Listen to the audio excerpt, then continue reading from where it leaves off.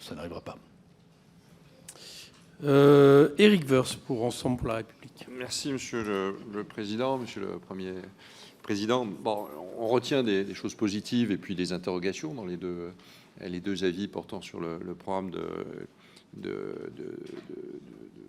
d'ajustement à moyen terme et sur les projets de loi de finances et de financement de la sécurité sociale. Ce qu'on peut retenir en positif, d'abord, c'est que c'est une bonne initiative d'avoir anticipé la demande de l'Europe sur le plan stratégique de moyen terme. Je le pense aussi, même si évidemment les réformes qui sous-tendent ce projet, vous l'avez dit vous-même, ne sont pas clairement documentées. Mais c'est bien difficile de les documenter à ce stade. C'est vrai, 2024, c'est une année, vous l'avez qualifiée de noire, c'est vrai, c'est une année difficile. Non pas sur ce qui était prévu, mais sur la prévision réelle, sur ce qui se passe. Et ça a été quand même un choc pour les uns et pour les autres d'avoir tant d'écarts de prévision. Et chacun peut considérer qu'évidemment, il faudra définitivement éclaircir la chose, notamment sur nos modèles de prévision de recettes. Alors l'année 2025, elle doit être une année de sursaut. Et l'effort que vous indiquez pour qu'il y ait un pilotage raisonnable de nos finances publiques, l'effort est une marge très importante, vous le dites, on le pense aussi, 1,25 points d'inflexion structurelle, c'est une marge très haute, ça a été peu souvent dit, mais c'est une marge très haute. Mais vous considérez que c'est réaliste, vous considérez que les prévisions macroéconomiques sont à peu près réalistes, le PIB potentiel, l'inflation, la masse salariale. Alors sur les scénarios 2025 pour être exact, c'est vrai que c'est original d'avoir le 0,2 qui traîne entre 5 et 5,2, mais ça montre que la discussion parlementaire a une large possibilité d'adaptation. Et je voudrais savoir, sur les questions, est-ce que vous considérez que c'est conciliable ?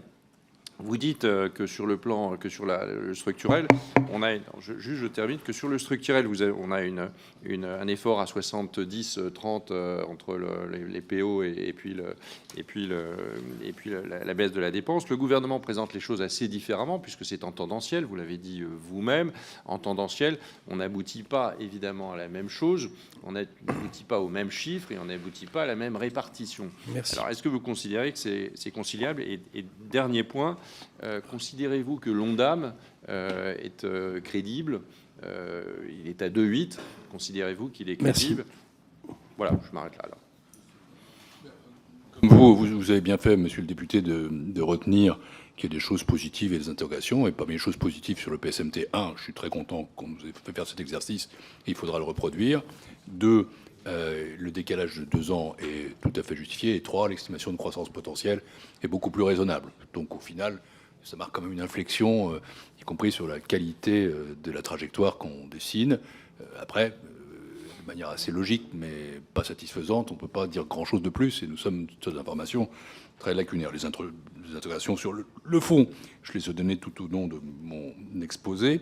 Est-ce que c'est conciliable ? Je pense qu'en tout cas, le point de vue, je ne veux pas du tout me placer dans un point de vue de Syrize et dire que l'information donnée par le gouvernement est fausse. Son raisonnement tendanciel est défendable. Le nôtre étant structurel, et c'est logique. Les deux sont complémentaires. Simplement, il y a une chose sur laquelle vous devrez faire le clair, que ce soit en tendanciel ou en structurel, c'est sur la classification économie et prélèvement obligatoire. Et de ce point de vue-là, nous constatons que de toute façon, c'est le point de vue calcul fait par le Conseil. Pour nous, tout le monde n'est pas forcément d'accord, il y a 30 milliards d'euros de prélèvements obligatoires. Ce qui veut dire que même en tendanciel, on ne serait pas sur 2 tiers, 1 tiers. Mais bon, voilà, ce sont des questions qu'il faut discuter. Enfin, sur l'ONDAM, est-ce que c'est crédible ? C'est nécessaire, sans doute, de revenir à des ONDAM plus serrés. Mais il faudra que le gouvernement vous explique, ne nous a pas expliqué, comment on fait. Voilà, c'est important. Mais reprendre la maîtrise de nos dépenses d'assurance maladie sans pour autant hypothéquer le service hospitalier, je crois que c'est tout à fait possible et nécessaire. La Cour des comptes a réalisé une revue de dépenses là-dessus, que je rendrai au Premier ministre quand je le rencontrerai. Et je pense aussi que c'est possible.